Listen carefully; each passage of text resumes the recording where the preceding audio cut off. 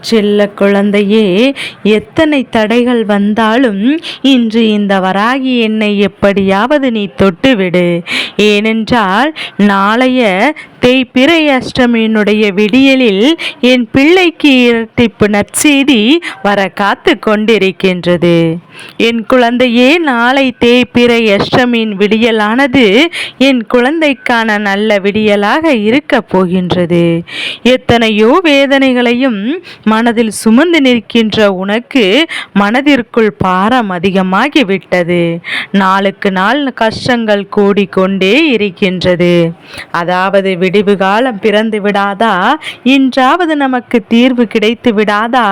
என் பிள்ளை, ஒவ்வொரு விடியலும் நல்லது நடக்கிறதா தீயது நடக்கிறதா, இரண்டும் சேர்த்து நடக்கிறதா, மாறி மாறி வந்து கொண்டிருக்கிறதா? என்ற நேரத்தில் இன்று நம் தாயானவள் நமக்கு நல்ல செய்தியினை இன்று கொண்டு வந்திருப்பாளா? அப்படி என்று என் பிள்ளை, நாளைய விடியல் உனக்கு 2 நல்ல செய்திகள் கிடைப்பது உறுதி. ஏனென்றால் பிரச்சனைகள் வராது உனக்கு என்றுதான் அம்மா வாக்குறுதி ஒரு பக்கம் இருக்க, ஒரு பக்கம் உன் மனதிற்குள் இதமான 2 நல்ல செய்தி கிடைக்கப் போகின்றது. இத்தனை நாளும் எந்த ஒரு விஷயத்திற்காக மனதிற்குள் மிகுந்த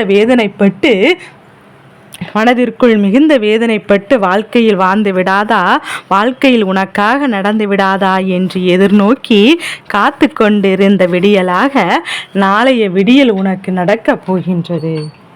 நாளை தேய்பிறை அஷ்டமியின் விடியல் என்பதனால் என் பிள்ளை நீ வழிபட வேண்டிய நாள். என் பிள்ளையே, ஸ்ரீ சொர்ணஷ்டான தெய்வங்களுக்கு உன்னுடைய இல்லத்தில் செல்வம் பெருகும்.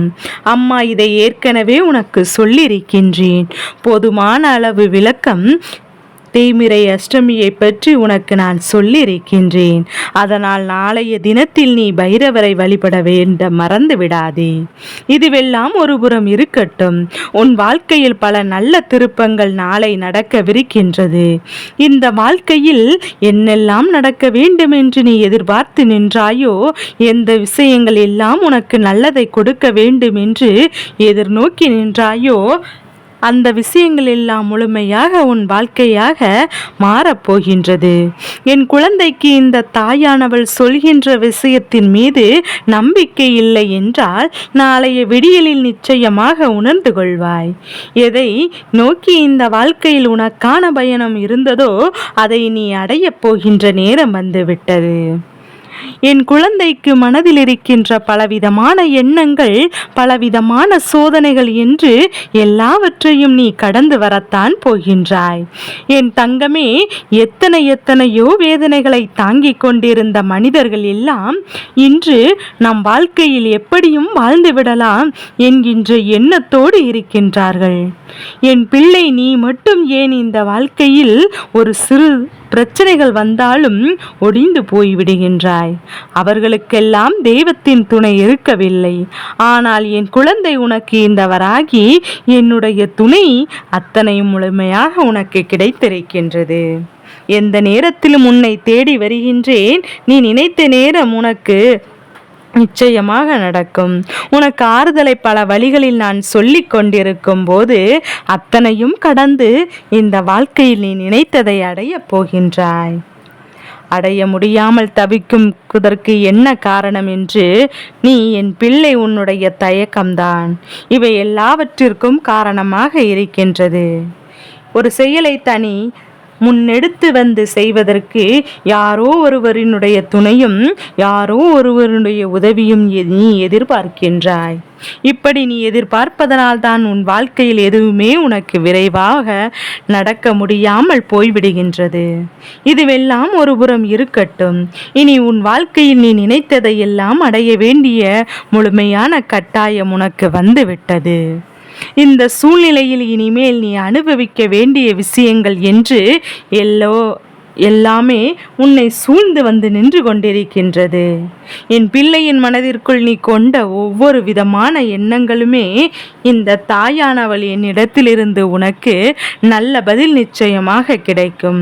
நீ நினைத்து விடலாம், ஏதோ அம்மா நம்மிடத்தில் பேசுகிறாள், அவ்வளவுதான், மற்றபடி இவள் நமக்கு என்ன செய்ய போகிறாள் என்று யோசிக்காதே.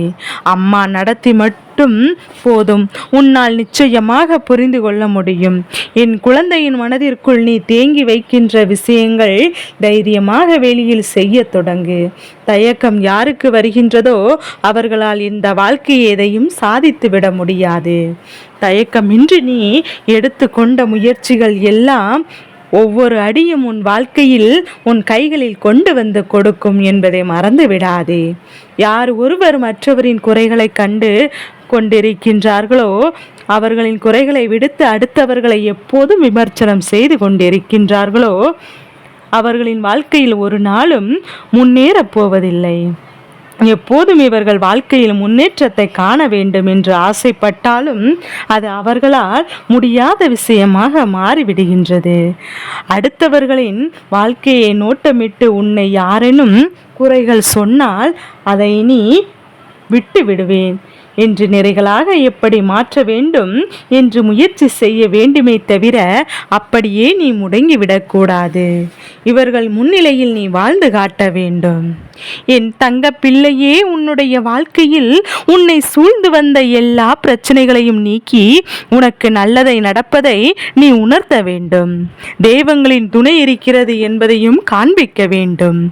எல்லாவற்றிற்கும் மேலாக இந்த வாழ்க்கையில் எதையெல்லாம் இது நாள் வரையிலும் நீ பெற்றுக்கொண்டாயோ, எதையெல்லாம் இழந்தாயோ அதை நீ சரி செய்ய வேண்டும். யார் வேண்டுமானாலும் என்ன வேண்டுமானாலும் செய்யலாம், எப்படி வேண்டுமானாலும் இருக்கலாம் என்று நினைப்பதற்கு இந்த வாழ்க்கை ஒன்றும் அத்தனை எளிதல்ல. பல கடினமான விஷயங்கள் இங்கு பின்னாலும் இருக்கின்றது. பல கடினமான சூழ்நிலைகள் இங்கே எப்போதும் இருக்கின்றது. அதனால் என்னுடைய குழந்தையே, இந்த வாழ்க்கையில் உனக்கான பல கஷ்டங்களையும் சோதனைகளையும் நிச்சயமாக கடந்து வந்தே ஆக வேண்டும்.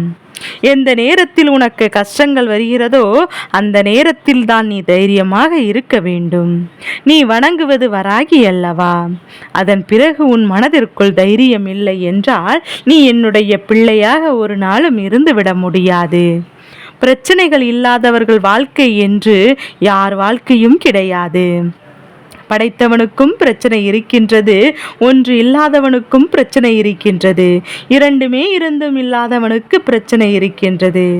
இதையெல்லாம் நீ கடந்து வந்தே ஆக வேண்டும். வாழ்க்கையில் இதுவெல்லாம் கட்டாயமாக கடந்து வந்த விஷயம் அல்லவா? நீ எந்த மனநிலையில் எதிர்கொள்ள வேண்டும் என்று இங்கே கவனிக்கப்பட வேண்டிய விஷயம். நாளைய விடியலில் உன்னுடைய வாழ்க்கையில் சம்பந்தமான ஒரு நல்ல செய்தி நிச்சயமாக உனக்கு கிடைக்கும்.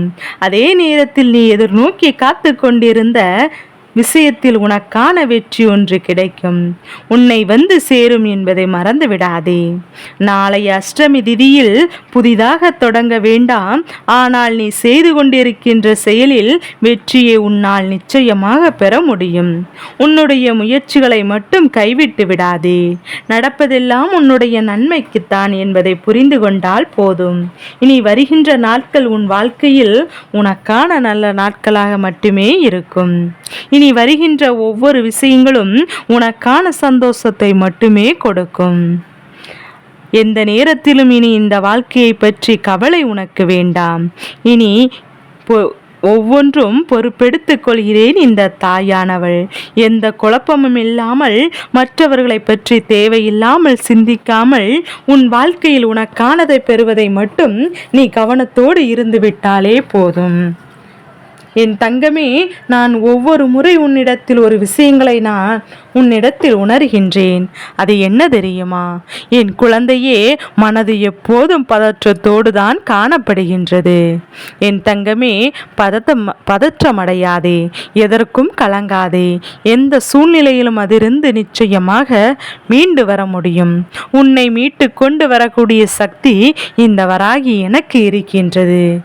என்னை விட உன்னுடைய மனதிற்கு அதிகமாக இருக்கின்றது. உன்னுடைய மனதிற்கு வலிமையை தான் கொடுத்திருக்கின்றேன். இந்த வலிமையை பற்றி கொண்டு என் பிள்ளை உன் வாழ்க்கையில் உனக்கானதை நீ அடைய வேண்டும்.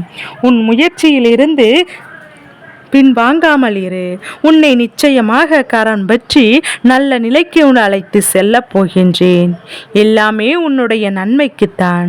நடப்பதெல்லாம் இந்த வாழ்க்கையில் உன்னுடைய சந்தோஷத்திற்கு மட்டும்தான் என்பதை நீ புரிந்து கொண்டாலே போதும்.